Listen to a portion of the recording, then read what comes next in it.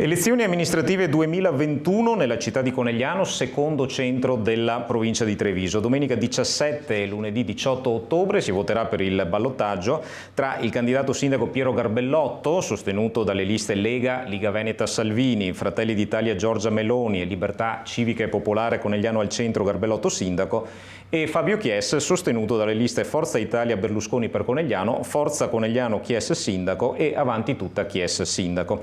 Abbiamo ospite nella nostra redazione il candidato sindaco Piero Garbellotto. Benvenuto a qdpnews.it. Grazie a voi, buongiorno. Si presenti ai nostri lettori e ascoltatori ricordando perché si è candidato a sindaco della città di Conegliano. Io sono Piero Garbellotto, ho 41 anni, sono un bottaio, un dirigente sportivo e soprattutto un ex allievo della scuola enologica, perché ci tengo in modo particolare. Io mi sono candidato sindaco al comune di Conegliano perché è una città che avevo conosciuto da ragazzo, diremo una città in forte espansione economica, una città che era decorosa, pulita, sicura, inclusiva, e oggi è una città dove non mi riconosco più, perché io trovo che sia una città che ha subito una forte contrazione economica, oltre 50 vetrine vuote, è una città che è diventata anche insicura, e anche i recenti fatti di cronaca lo testimoniano, ed è una città che ha bisogno di avere nuovo decoro e soprattutto avere una nuova spinta propulsiva. Per questo io e la mia squadra ci siamo candidati alla guida di questa città con uno spirito di assoluto rinnovamento e con tanta energia, tanta voglia di fare per riportare Conegliano ad essere la perla del Veneto. Le chiediamo una sua analisi dei risultati del primo turno elettorale, in particolare sull'affluenza alle urne che si è fermata al 53,81% nonostante quasi un anno di commissariamento del comune.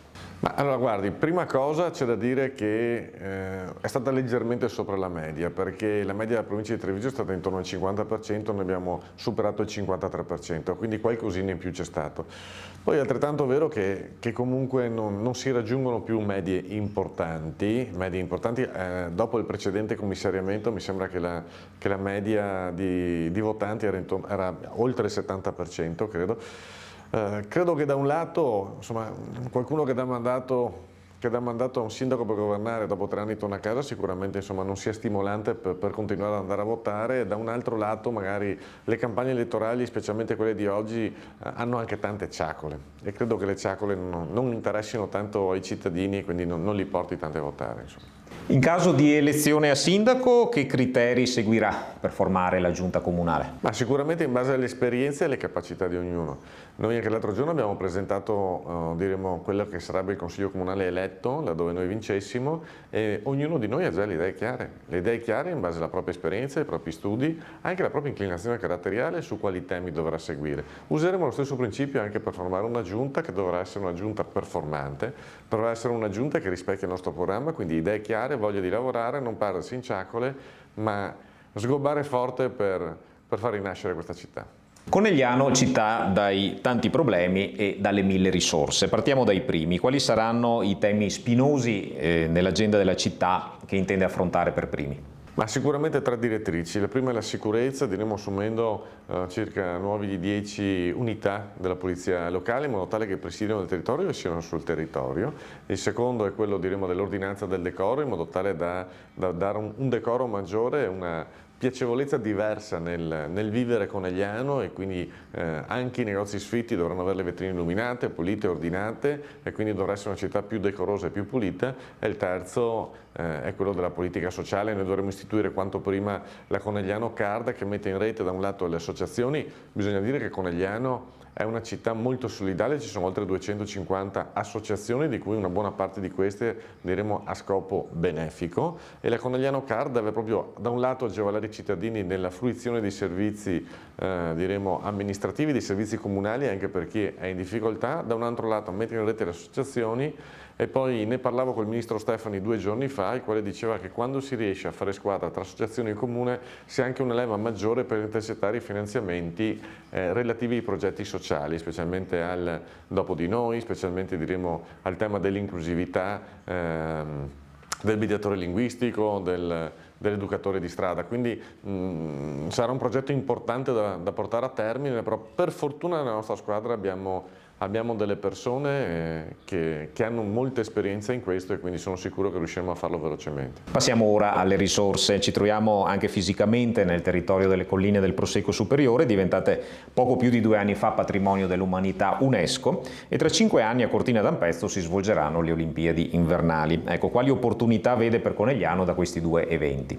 Beh, diremo che il riconoscimento del patrimonio dell'UNESCO è un qualcosa di veramente importante. Io dico sempre che è come vincere la lotteria, però il biglietto va incassato e speso bene. Ci sono esempi virtuosi come le Langhe, quindi ricordiamo Alba, che è una città simile a Conegliano per dimensioni e anche per contesto poi del territorio, che hanno saputo veramente avere un rinascimento col patrimonio dell'UNESCO. Altri esempi anche nel vicino Friuli, dove il patrimonio dell'UNESCO è semplicemente un cartello esposto da qualcuno.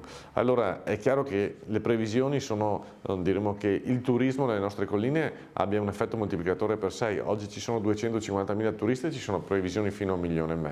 È chiaro che per intercettare questi turisti bisogna avere una città che sia pulita, decorosa, una città che sia sicura, e chiaramente ci vuole anche un po' di formazione per i nostri esercenti che sappiano, diremo, accogliere queste persone. E quindi si vede che un po' tutto il nostro programma, diremo, ha una logica e si innesta, diremo, tra quello che bisogna risolvere e quello che bisogna fare per rinascere. Il tema delle Olimpiadi di Cortina 2026 è anche lì un'occasione importante. Io mi sono già incontrato col sindaco di Cortina Ghedina, ma mi sono anche incontrato col vice sindaco di Venezia, perché io credo che far squadra significa prima di tutto andare a suonare i campanelli e chiedere che idee ci sono per Conegliano e come noi possiamo entrare in queste partite. Mi immagino con domani, anche nel mese delle Olimpiadi, che sarà una festa incredibile, sarà un boom di turismo, magari un giorno nevicherà, un giorno qualcuno avrà voglia di visitare le nostre colline, quindi dobbiamo essere presenti, dobbiamo essere anche presenti fisicamente con delle relazioni per poi portare giù questi turisti. Guardiamo il futuro. In caso di elezione a sindaco, che rapporto avrà o vorrebbe avere con quella che sarà la sua opposizione in Consiglio Comunale? Ma guardi, io sono una persona moderata, spero di averlo dimostrato anche in questa campagna elettorale, quindi sicuramente sarà una posizione dialogante e una posizione, diremo, che cerca di coinvolgere un po' tutte le forze del Consiglio Comunale. Grazie, le nostre telecamere adesso sono a sua disposizione per un appello al voto al ballottaggio di domenica 17 e lunedì 18 ottobre. Ma l'appello è quello che andate tutti a votare, che portiate magari anche i vostri cari, i vostri amici, perché è un diritto che non in tutte le parti del mondo è così scontato. Bisogna essere artefici del proprio destino, artefici del futuro di Conegliano, e questo lo si può fare solamente andando a votare. Quindi andate tutti quanti a votare, indipendentemente da quello che volete votare. Certo che se votate me sono più contento.